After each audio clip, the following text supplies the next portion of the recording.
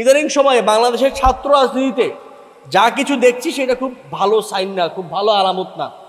ফলত আমি ছাত্রপক্ষকে দেখলাম যে তারা বিগত কয়েকদিন ধরে মধুর ক্যান্টিনের সামনে জুলাই সনদের উপরে টানা আলোচনা করেছে।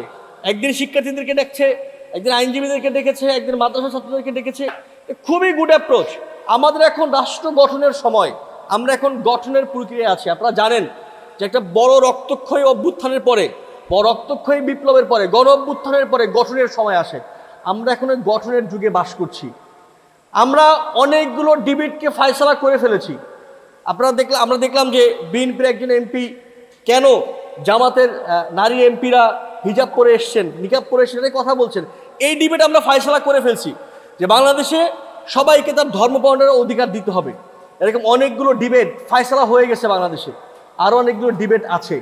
আমাদের সেই সকল ডিবেটকে আলোচনার মাধ্যমে, আলাপের মাধ্যমে, তর্কের মাধ্যমে ফায়সালা করে বাংলাদেশকে একটা অনন্য উচ্চতায় নিয়ে যেতে হবে। সুতরাং সময় নষ্ট করার মতো সময় আমাদের হাতে একদমই নাই। ফলত যে এই সকল বাকওয়াস ডিবেট চলে, আমি আশা করব ছাত্রপক্ষ সেগুলোতে অংশগ্রহণই করবে না। আমাদের এগুলোতে অংশগ্রহণ করারই কোনো দরকার নেই। এগুলো সবগুলো ইন্ডিয়ান প্রজেক্ট, এগুলো সবগুলো আওয়ামী লীগের প্রজেক্ট। হাসনাতকে মাইনাস করা কিংবা সাদিককে মাইনাস করা কিংবা আমরা এখানে যারা আছি, আমাদের যে কারো বিরুদ্ধে যে কোনো কিছু বলা, এটা একটা আওয়ামী প্রজেক্ট। আমাদের আওয়ামী প্রজেক্টে অংশগ্রহণ করবার কোনো মানে নাই। ফলত আমাদের এখন রাষ্ট্র গঠনের সময়, বাংলাদেশকে আগায় নিয়ে যাওয়ার সময়। এই এগিয়ে নিয়ে যাওয়ার জন্য আমরা কি করতে পারি, ক্যাম্পাসগুলোকে সুন্দর করবার জন্য আমরা কি করতে পারি, তা নিয়ে বিস্তর আলাপ, বিস্তর আলোচনা, বিস্তর ডিবেট হবে।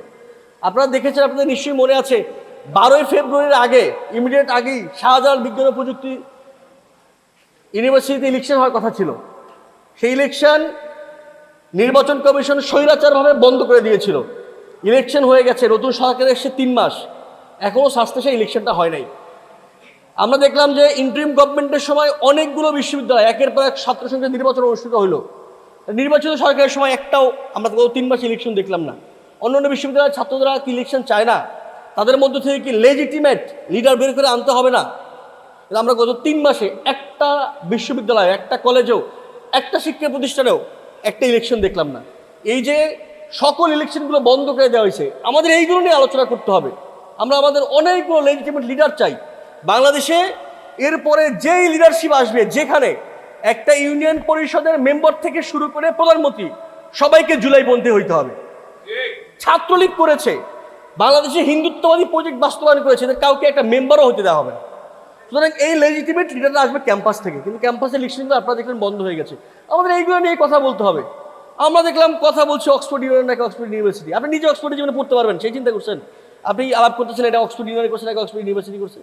বরং বাংলাদেশের ছাত্ররা কেমনে করে আরো বেশি বেশি অক্সফোর্ডে পড়বে, আমাদের সেই জন্য বাংলাদেশের ছাত্রদেরকে তৈরি করতে হবে। এইটাই ছাত্র সংগঠনের কাজ, আর কোনো কাজ নাই।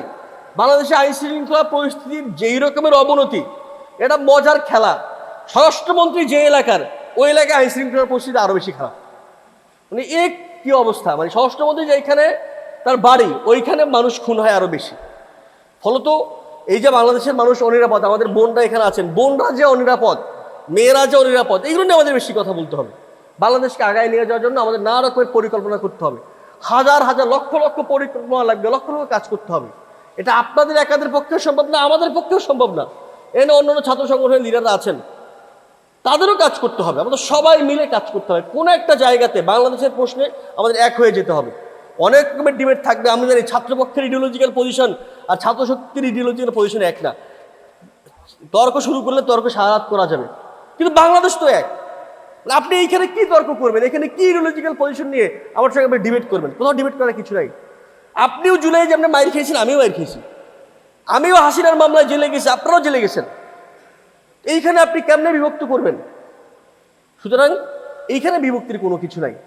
এই ক্যাম্পাসের জন্য আমরাও লড়াই করেছি, আপনারাও লড়াই করেছেন। ডাকসু ইলেকশনের জন্য আমরাও লড়াই করেছি, আপনারাও করেছেন। সুতরাং গণতন্ত্রের জন্য আমরা সবাই লড়াই করেছি। এই লড়াইয়ে ছাত্রপক্ষ ছিল, এবি পার্টি ছিল। মঞ্জু ভাই, ফুয়াদ ভাইকে আমি সাংঘাতিক রকমের সাহায্য করে মানুষ হিসেবে পাইছি পুরো ফেসিবাদী আমলে, আমার পুরো ক্যাম্পাস লাইফে। আমরা এই বাংলাদেশ সেটা কই যাব? এই গুম পরিবার ছিল আমরা কই যাব? শহীদের পরিবার ছিল আমরা কই যাব? কোথাও যেতে পারবো না। ফলত আমাদের এই সকল বাকোয়াজি তর্ক বাদ দিয়ে, কথা সর্বস্ব তর্ক বাদ দিয়ে কাজের জন্য নেমে যেতে হবে, আটঘাট বেঁধে নেমে যেতে হবে। আমরা আমাদের পুরো জীবনকে উৎসর্গ করে দিয়েছি বাংলাদেশের জন্য। আপনারা দেখলেন যে মোশাররফ করিমকে গতকালকে কলকাতা হেনস্থা করা হয়েছে। এটা বাংলাদেশের অমোঘ সত্য। জুলাই মাসে হাসিনার বিরুদ্ধে ছিল, বর্ষায় ভিজে হাসিনার পতন চেয়েছে, এইরকম সবাই আওয়ামী লীগের শত্রু। আপনি এখন গিয়ে আওয়ামী লীগের পক্ষে হাজারটা কথা বলেন, আওয়ামী লীগ পৃথিবীতে এইরকম নিকৃষ্ট জাতি আর কোথাও পাবেন না। মানে এইরকম নিকৃষ্ট, রিমোর্সলেস, অনুশোচনাহীন, অনুতপ্ততাহীন এইরকম জাতি, মানে এইরকম নিকৃষ্ট জাতি আপনি পৃথিবীর কোথাও পাবেন না। ফলত তারা আমাদের আজীবনের শত্রু, একদম যতদিন বেঁচে আছে, আল্লাহ যদি হায়াত রাখবেন ততদিনের শত্রু। ফলত এই রিমোর্সলেসদের বিরুদ্ধে আমাদের লড়াই আজীবনের। গতকালকে মোশাররফ করিমের উপর হামলা হয়েছে, পরের দিন আপনার উপর হবে, একদিন আমার উপরে হবে, একদিন বাঁধনের উপরে হবে, একদিন সাগর মুক্তদের উপরে হবে। সুতরাং এই সকল ব্যক্তিদেরকে প্রোটেক্ট করা, আওয়ামী লীগের এই রিমোর্সলেস এই জাতি থেকে প্রোটেক্ট করা, এটাও আমাদের দায়িত্ব। এই সকল ব্যক্তিরা যারা বর্ষায় ভিজে ভিজে হাসিনার পতন চেয়েছিল তাদেরকে প্রোটেক্ট করা, নতুন একটা কালচারাল ফ্রন্ট খোলা। আমরা ওই রকম কালচারাল ফ্রন্ট চাই না যারা 6 বছর পরে এসে বলবেও এটা হেফাজত ইসলামের তাণ্ডব ছিল। এই কালচারাল ফ্রন্ট তো বাংলাদেশে দরকার নেই। নতুন সাংস্কৃতিক ফ্রন্ট চলে আসবে বাংলাদেশে। যে ইয়াংরা জুলাই মাসে লড়াই করেছে, সামনের দিনে তারা গান করবে বাংলাদেশে, তারা কবিতা লিখবে, তারা নাচ করবে, তারা নৃত্য করবে, তাদের গান শুনবো, তাদের কবিতা পড়বো, তাদের নাটক দেখবো, তাদের সিনেমা দেখবো। এই কত কাজ, হাজার হাজার কাজ পড়ে আছে। আমরা এই সকল বাকওয়াস তর্ক বাদ দিয়ে চলেন সেই কাজে নেমে পড়ি। আমি ছাত্রপক্ষের প্রতিষ্ঠাবার্ষিকীর এই মহিমান্বিত দিনে এই শহীদদের রক্তে ভেজা জমিনে যে সকল শহীদদের রক্ত ঝরেছে, সকল শহীদ এই মাটির জন্য যারা জীবন দিয়েছে, আমাদের পূর্বসূরীরা, সবাইকে শ্রদ্ধার সঙ্গে স্মরণ করছি, সবার জন্য দোয়া করি। আমাদের আহত ভাইয়েরা এখনো অনেক আছেন, জুলাই মাস 2 বছর হয়ে গেছে, সামনে আর 15 দিন পরে জুলাই। তারা যাতে সুস্থ হয়ে ওঠেন আল্লাহর কাছে সেই দোয়া করি। আপনাদের জন্য আমাদের প্রাণ ঢালা শুভকামনা। ছাত্রপক্ষের যে কোনো সাহায্যে, বাংলাদেশের পক্ষে কাজ করতে যে কোনো রকমের সাহায্যে ছাত্রশক্তি সবসময় পাশে থাকবে ইনশাল্লাহ। আপনাদের সবাইকে ধন্যবাদ। ছাত্রশক্তির জন্য দোয়া করবেন। আপনাদের জন্য অশেষ শুভকামনা। খোদা হাফেজ।